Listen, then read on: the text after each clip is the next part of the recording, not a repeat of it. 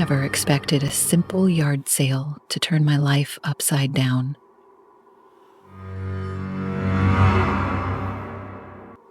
It started as a casual Saturday morning, a quick stop at a local sale on my way to grab coffee. But what I found that day still keeps me awake at night. The yard sale was at a modest house on a quiet street. The tables were covered in the usual mix of items: books, toys, old dishes. But one thing caught my attention. It was a small wooden jewelry box, dark wood polished to a soft shine with a few scratches that hinted at age. It wasn't flashy or unusual, but something about it drew me in. I picked it up, turning it over in my hands. It was heavier than I expected. The lid was sealed tight, but it had a keyhole on the front. A little key was taped to the side with brittle yellowing tape. "How much for this box?" I asked the woman behind the table. She was older with sharp eyes that flicked to the box, then back to me. Her expression changed slightly, like she didn't want to sell it. $5, she said finally. I handed her the cash and tucked the box under my arm. As I walked away, I could feel her eyes on me. When I got home, I set the box on my coffee table. It looked nice there, adding a little charm to the room. I peeled the key off carefully, sliding it into the lock. The lid popped open with a satisfying click. Inside was a folded piece of paper. I unfolded it, expecting to find a handwritten note or an old keepsake. Instead, it was blank. Just a plain piece of aged paper that smelled faintly of dust and time. I felt a little disappointed, but kept the box on the table. That night, something strange happened. Around 2 a.m., I woke up to a soft creaking noise. It wasn't loud, more like the sound of wood settling. Groggy, I got up to investigate. The house was dark and silent, but as I walked into the living room, I froze.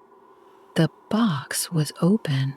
I was sure I had closed it before going to bed, but now the lid was tilted back slightly. I walked over and looked inside. The paper was gone. My heart started pounding as I searched the floor, thinking it had fallen out, but it was nowhere to be found. I shut the lid again, pressing it firmly. Maybe I hadn't closed it all the way earlier. I went back to bed, telling myself it was nothing. From my sleep into confusion, I was startled to find my hand gripping a metal contraptor that held a piece of tree and a large scaffold of furniture. The next morning, I woke up to find the box on the floor. The key was back in the lock, twisted slightly as if someone had tried to open it again. I felt a chill run down my spine. I live alone. I tried to shake it off, but that evening, things got worse. As I was watching TV, I heard a faint tapping sound. It was soft at first, but then it grew louder. It was coming from the box. I stared at it from across the room, my stomach tightening. The tapping stopped suddenly, leaving an eerie silence behind. I got up, walked over to it, and opened the lid. The paper was back. This time, there was something written on it. Just 2 words in shaky handwriting. "Help me." My chest tightened as I stared at the note. I couldn't make sense of it. Who would have written this? How had it appeared? I decided to lock the box again and put it in my closet. Out of sight, out of mind. But the tapping continued. Every night it would start softly, then grow louder. I'd wake up to find the box moved, sometimes sitting on my nightstand, other times on the living room table. My chest grew out of control. One night, I woke up to the sound of my bedroom door creaking open. My heart stopped as I turned on the light. The box was on the floor, just inside the doorway, the lid wide open. I couldn't take it anymore. I drove out to the nearest wooded area and buried the box as deep as I could.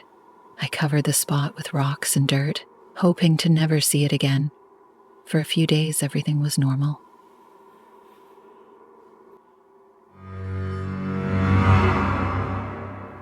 I always thought yard sales were harmless, a fun way to find old treasures. That was before last Saturday, when I brought home an object that has changed my life forever. What I found wasn't just old or strange, it was cursed. And now, I don't know how to stop what I started. It was a warm and bright morning when I stumbled upon the sale. The house looked normal enough: a modern room, a piano, a small front yard, and a few tables set up with random items. The air smelled like freshly cut grass, and nothing seemed out of place. I walked around the tables, scanning the usual things: old toys, books, worn-out kitchenware. Then my eyes landed on it, a small wooden box sitting off to the side, as if it didn't belong with the rest of the items. The box was dark wood, with intricate carvings that looked more like runes than decorations. It felt heavy in my hands, even though it was small. There was something about it, something that made me feel uneasy, but I couldn't put it down. "How much for this box?" I asked the man behind the table. He was in his late 60s, with a tired look in his eyes. When he saw what I was holding, his face changed. He went pale. "Just take it," he said quickly. His voice was firm, but his hands trembled. "I don't want it here anymore." His reaction should have been enough to make me leave it, but curiosity got the better of me. I nodded, thanked him, and walked back to my car. The entire drive home, I kept glancing at the box on the passenger seat. It felt like it was watching me. When I got home, I placed the box on my kitchen table. I couldn't see any hinges or seams, but there was a small groove along one edge. I pressed it, and the lid popped open with a soft click. Inside was a single item: a silver key. It was old, tarnished, and cold to the touch. As I held it in my hand, I felt a chill run through me. The air in the room seemed heavier. That night, I woke up to a strange sound, a soft, scraping noise coming from the living room. My heart pounded as I sat up in bed. At first, I thought it was just the house settling, but then I heard it again. I grabbed a flashlight and crept down the hallway. The living room was dark, but the moonlight, streaming through the window, revealed the box on the table. The lid was open. I froze. I knew I had closed it before going to bed. Slowly, I stepped closer, shining the flashlight into the box. The key was gone. A chill ran down my spine as I turned to scan the room. That's when I saw it. A shadow darting across the far wall. It moved too quickly to be natural. My breath caught as I backed away toward the hallway. For the next few nights, the noises continued. Scraping, whispers, the sound of footsteps pacing just outside my bedroom door. Each time I checked the box, it was open. I tried locking it in a closet, but it didn't matter. The noises always came back. One evening, as I was brushing my teeth, I looked up and saw something in the mirror. A face, pale with hollow black eyes, staring at me from the hallway behind me. I whipped around, but the hallway was empty. That was when I knew whatever was attached to the box was growing stronger. Desperate, I decided to get rid of it. I drove to a park on the other side of town and left it in the trash bin near a walking trail. The sense of relief I felt was immediate. I went home, and for the first time in days, I screamed, jumping out of bed. I screamed, jumping out of bed. The lid was open, and the key was inside. The whispers began immediately, louder than before. My name, over and over. I searched online for any information about cursed objects, but nothing helped. I found stories about haunted boxes and cursed keys, but none of them explained how to stop what was happening. I took the box to a local antique dealer, hoping they might know something. The moment the man saw it, he stepped back, shaking his head.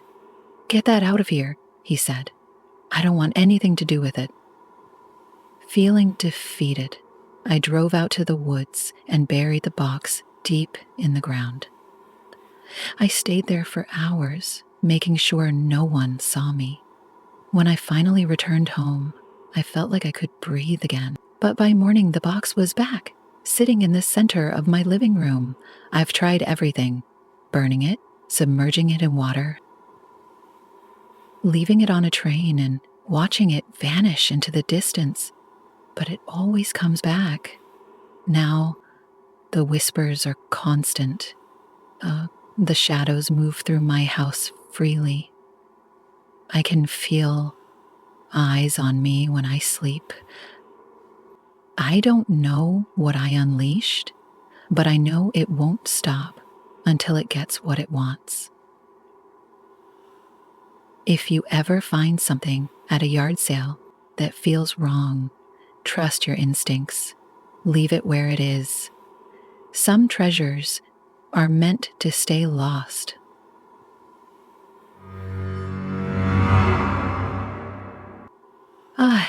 I've always loved yard sales.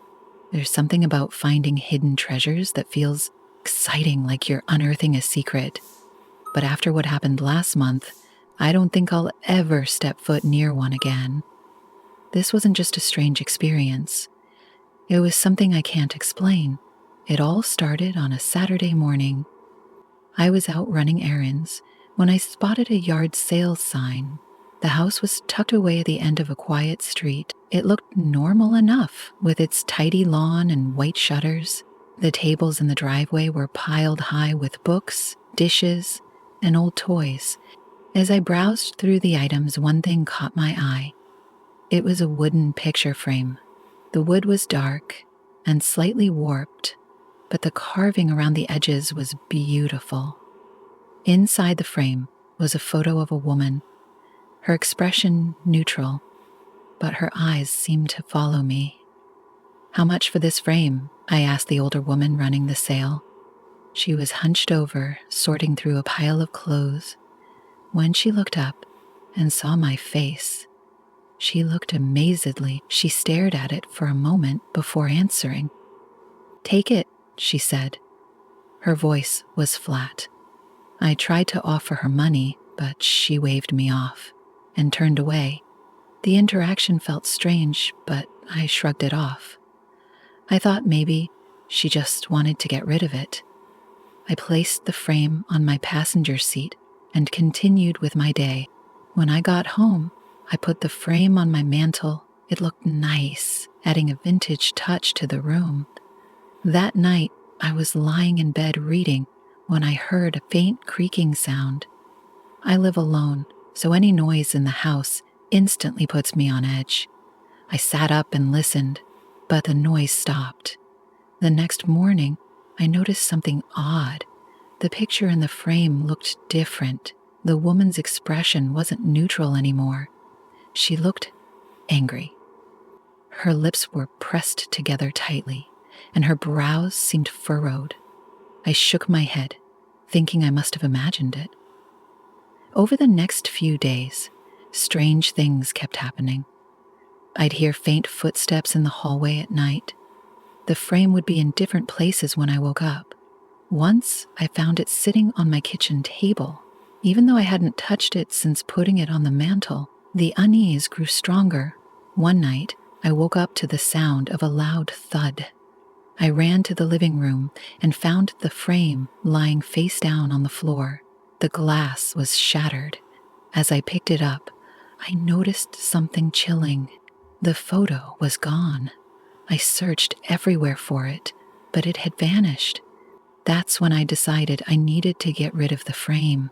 I wrapped it in a bag and took it to a dumpster behind a nearby shop. I watched it disappear into the pile of trash, feeling a sense of relief. But when I got home, the frame was sitting back on the mantel. My chest tightened as I stared at it. The glass was no longer broken, and the photo was back inside. The woman's face looked different again. This time, her eyes were wide, like she was staring straight at me. That night, I couldn't sleep. Every time I closed my eyes, I'd hear faint whispers, like someone was standing next to my bed. The following morning, I drove to a wooded area outside of town and buried the frame deep in the ground. For a few days, everything seemed normal.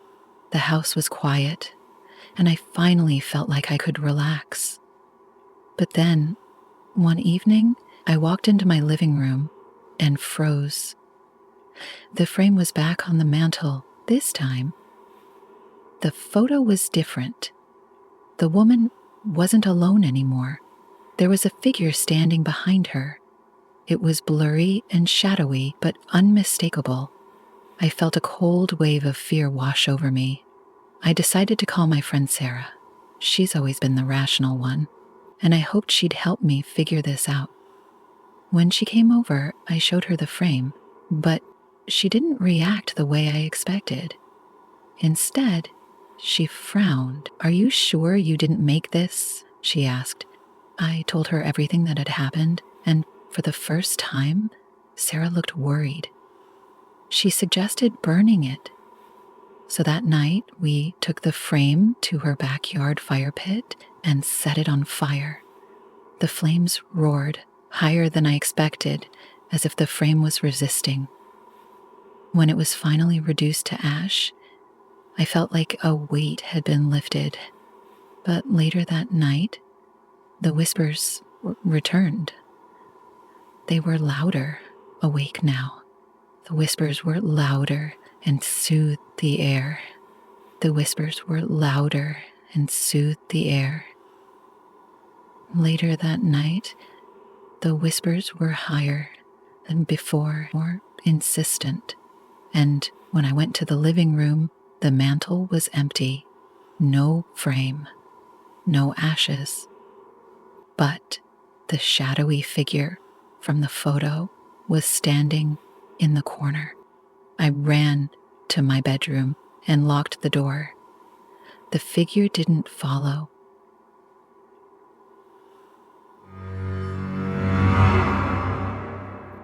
I've always loved yard sales. There's something thrilling about digging through someone else's forgotten treasures and finding something special. But after what happened last summer, I don't think I'll ever go to another one. What I brought home that day wasn't just an object. It was something far worse. It started innocently enough. I was driving through a quiet neighborhood on a sunny Saturday morning when I spotted a yard sale sign. The house was old with peeling paint and overgrown hedges, but the yard was packed with tables piled high with dusty knickknacks. I walked around for a while, browsing the usual junk, old books, mismatched dishes, and faded holiday decorations. Then I saw it, a small wooden box sitting on its own at the edge of the table. It was beautifully carved, with intricate patterns that seemed to shift when the light hit them just right. I picked it up and felt a strange chill run through me.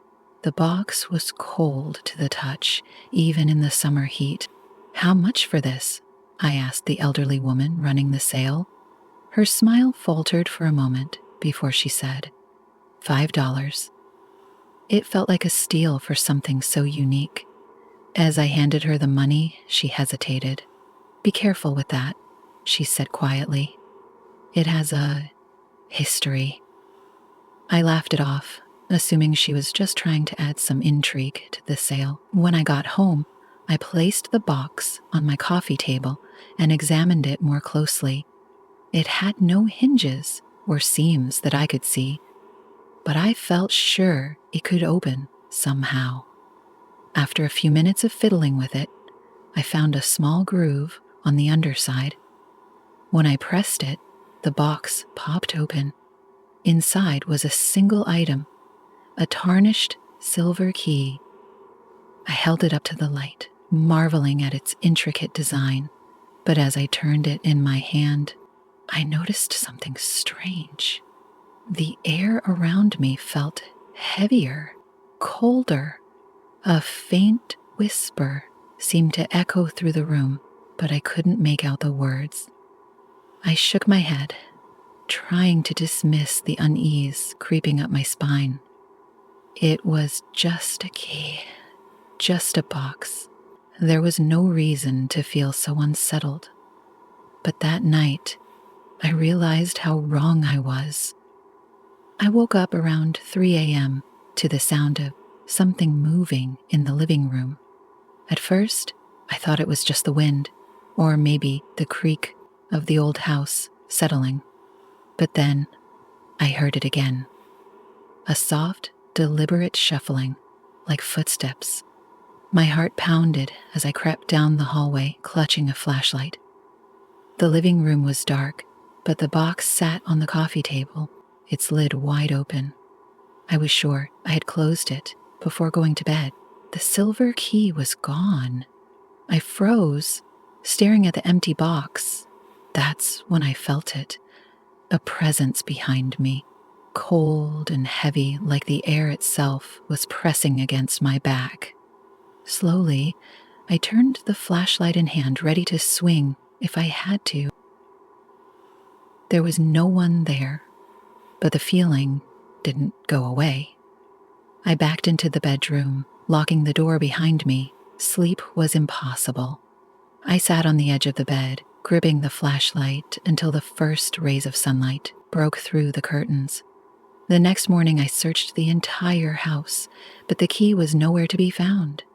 I told myself I must have misplaced it, but deep down, I knew that wasn't true. Over the next few days, things only got worse. The lights in the house began to flicker. Shadows seemed to move in ways they shouldn't. I'd hear faint whispers at night, always too quiet to understand, but loud enough to send chills down my spine. One evening, as I was washing dishes, I glanced out the kitchen window and froze. A figure stood at the edge of my yard, just beyond the tree line. It was tall and dark, with no discernible features. It didn't move, just stood there, watching. I turned away for a split second to grab my phone, but when I looked back, it was gone. My hands shook as I locked every door and window in the house. I could hear them circling the house, pressing against the walls like a storm trying to get in. I didn't sleep. The next morning, I decided I couldn't take it anymore. I grabbed the box and drove back to the house where I had bought it. The elderly woman was sitting on the porch, as if she had been expecting me. "I need to return this," I said, holding out the box. She shook her head. "It's yours now," she said softly. "I tried to warn you." I begged her to take it back, but she refused. She only said, "If you want peace, you'll have to find where the key belongs." The words sent a chill through me, but I had no idea what they meant. I left the box on her porch and drove home, determined to forget about the whole thing. But that night it was back, sitting on my coffee table, as if it had never left. The lid was open again, and this time the whispers were deafening. I couldn't take it anymore. Desperate to rid myself of the box, I'd packed it in my car and drove for hours until I found an isolated spot in the woods. I dug a deep hole and buried it, along with every shred of fear I had carried since bringing it home. As the last bit of dirt covered the box, the whispers faded, and for the first time in days, I felt relief. But as I turned to leave, I froze in my tracks. Just beyond the trees stood the same dark figure from my yard, watching me. It didn't move, didn't make a sound, but the weight of its gaze was suffocating. My legs trembled as I backed away and sprinted to my car, not daring to look back. When I got home, the house was eerily quiet. The box was gone, and so were the whispers. But that night, as I lay in bed, I felt the air grow cold, and faint tapping echoed from the walls. Whatever I had buried wasn't finished with me yet. Desperate, I searched the internet for any clue about the box or the key. I found stories, legends about cursed objects and restless spirits, but nothing that could help me. As I write this, the box sits in the corner of the room, watching. The whispers have stopped, but the air feels heavy, charged with something I can't explain.